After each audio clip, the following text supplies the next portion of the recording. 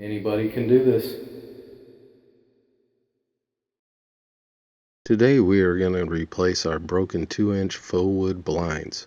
But our window has an odd width, and we cannot find a blind that will fit this window, so we are going to have to cut an oversized blind to make it fit within the window frame. So let's get started. First, we will need to gather the right tools for the job. We are going to need a measuring tape, a pencil, a saw to cut the blind, and an adjustable C-clamp to hold the blinds in place while we cut. The saw we will be using is a battery-operated reciprocating saw, better known as a sawzall. We can use a hacksaw or a bandsaw to do this as well. Both work well. However, it will take longer and it won't be as easy to cut the blind if the only saw we have is a hacksaw, since a hacksaw uses hand power. We can make our cut without the use of a C-clamp, but again, without a C-clamp, we're just making the job harder on ourselves. Next, we want to measure the window frame. So to do this, we want to use our measuring tape and start at the inside of one side of the frame and measure to the inside of the opposite side of the window frame. In this case, the window frame is 26 inches wide. We will want to cut our blind anywhere from a 1/4 inch to a 1/2 inch shorter than the measurement that we just took. In this case, we will cut the blind at 25 3/4 inches to allow the blinds to easily move up and down within the window frame. Now that we've determined how long we want our blinds to be, we can unbox them and prepare them for the cut.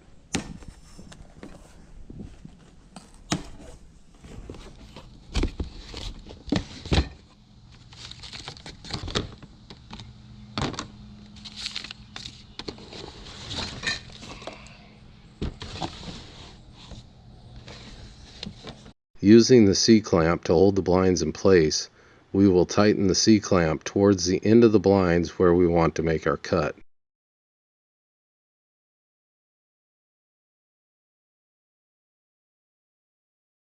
Make sure that all the blinds line up so that our cut will be straight and even across the entire blind. We will then flip over the blinds so that the C-clamp is on the bottom. This will make it easier to take our measurement. Let's measure the top of the blind to our desired length of 25 3/4 inch and mark it using a pencil. Once we mark the top of the blinds, we will need to do the same on the bottom of the blinds, making the bottom 25 3/4 inch as well. Before we make the cut, we will be sure to put a trash can underneath our cutting surface so that the pieces of the blinds that are cut off will fall into the trash can rather than all over the ground. This will save us a lot of cleanup time when we are done cutting. Using our sawzall with preferably a 12-inch blade with 18 to 24 teeth per inch or TPI, we will make the cut. We can see that the blade in our sawzall is only 4 inches long, so this means we will only be able to cut half of the blind before we need to flip it over and cut the other half. We can see why it is a lot nicer if we have a longer blade, because with a longer blade we would only have to cut the blind once. But we'll work with what we have.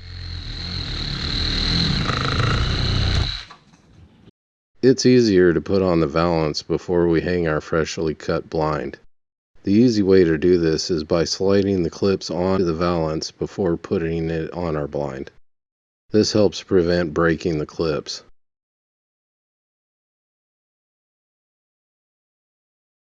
Now we need to secure the clips on the blind on the side of the blind that has the hook for the down rod.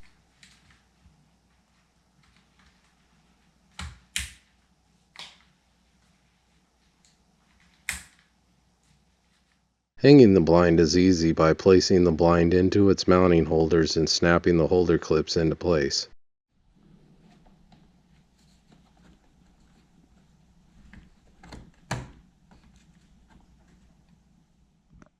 If we weren't replacing this existing blind, we would have to hang the blind mounting holders with screws provided with the blind. A good tip for mounting your holders is using drywall screws. They screw into the wood frame a lot easier than the screws provided with the blinds.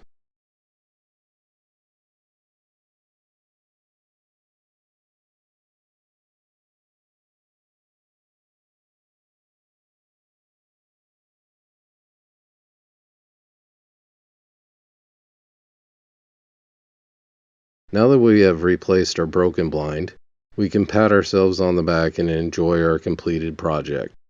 Job well done.